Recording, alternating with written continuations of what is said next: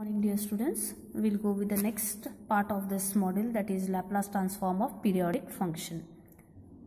To go further, first we will understand what is periodic function. Already we have discussed it in Fourier series. What do we mean by periodic function?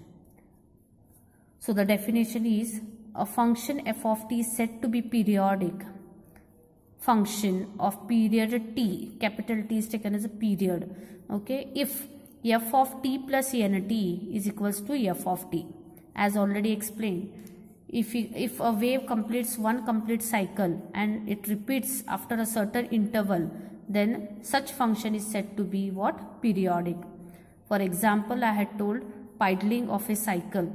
So when you piddle, you go with 360 degrees full rotation, again the cycle will get repeated, and this way when the cycles get repeated, such a function is said to be what? Periodic. So with the help of this definition, we will go for one theorem which is very important as per the exam point of view. So this theorem will come for a derivation also. So it's very important. So please go through this theorem. So how it has been stated? If f of t is a periodic function of period t, capital T, okay, then Laplace transform of f of t. What is f of t? It is a periodic function. Okay.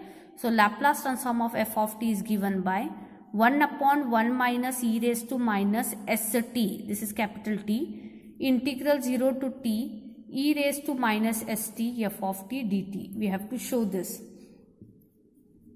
So to start, what I'll do is, to prove this theorem, I will start with the definition of Laplace transform. So as per what is the definition of Laplace transform? Laplace transform of f of t is given by integral 0 to infinity e raised to minus st f of t dt. Please take a note, in the statement also the terms are same but the limits are different. Here it is 0 to t and here it is 0 to infinity. So hurry-burriedly don't write this as Laplace transform of f of t. Okay, because the limit is 0 to t. That is different and this is different because this is the limit 0 to infinity. So for my convenience, for my further derivation, I'll try to take in place of t as u. I will just replace where all t is there by u. So this becomes e raised to minus su f of u du. Later I'll try to split this integral into number of integrals because it is tending to infinity.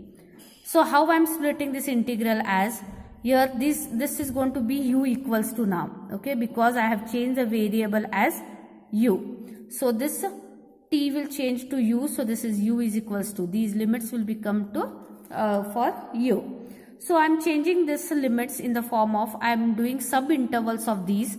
So the sub intervals of these are 0 to t e raised to minus su f of u du plus, now here 0 to t it was, now here it will become t to 2t. This inside terms are going to remain same, plus this will so on continue. The next integral will become 2t to 3t, then 3t to 4t and so on. So here I have ended with the nth term, that is nt, and here it will become n plus 1t. These terms are going to remain same, plus so on. Why did I write plus so on? Because my limit is tending to infinity.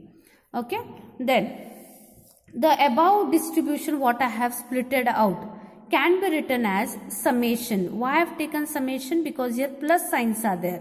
So I am taking summation as n equals to 0 to infinity. I will consider this nth term, that is nt to n plus 1t e raised to minus su f of u du.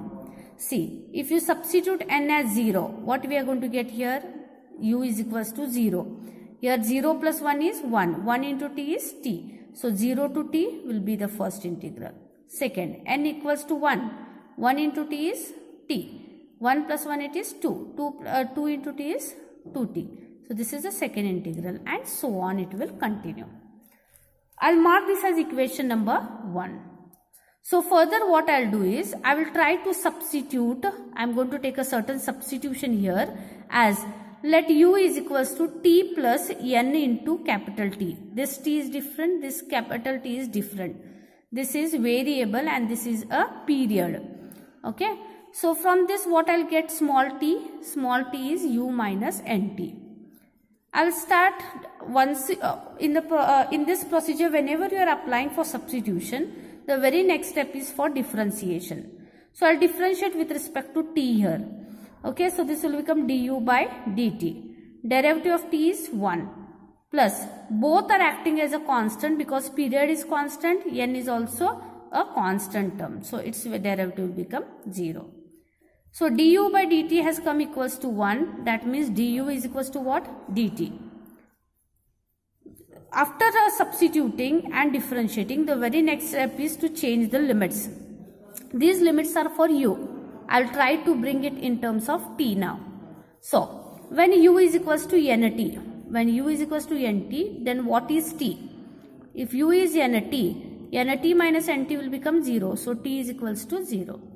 Then if u is equals to n plus 1 into t, when you substitute, here nt and nt will get cancelled and we are remained with t. So t is equals to capital T.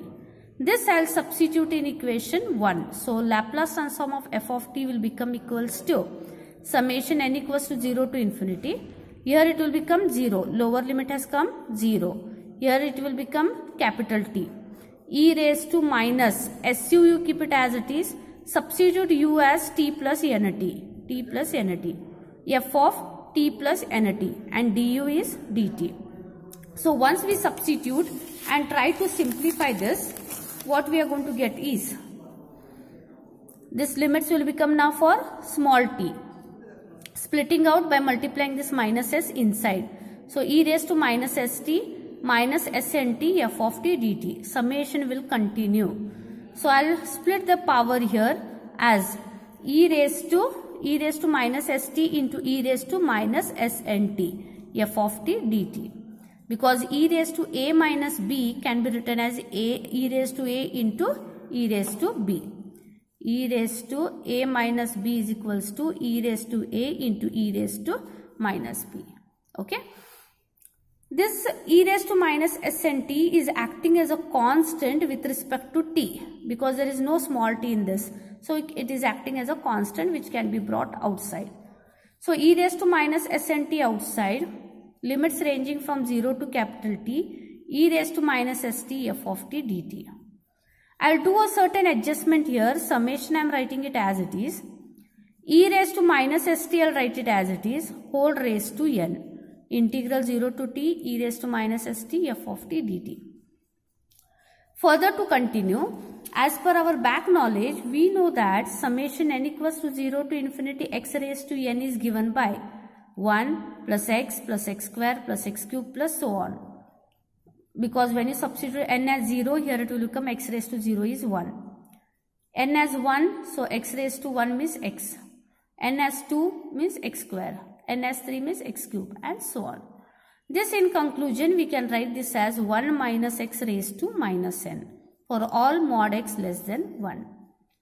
Hence, summation e raised to minus sn t, okay, can be written as summation e raised to minus st raised to n is equals to, now in place of x it is e raised to minus st. If I go on substituting here, 1 plus e raised to minus st plus e raised to minus st the whole square plus so on. That is 1 minus e raised to minus st raised to minus 1.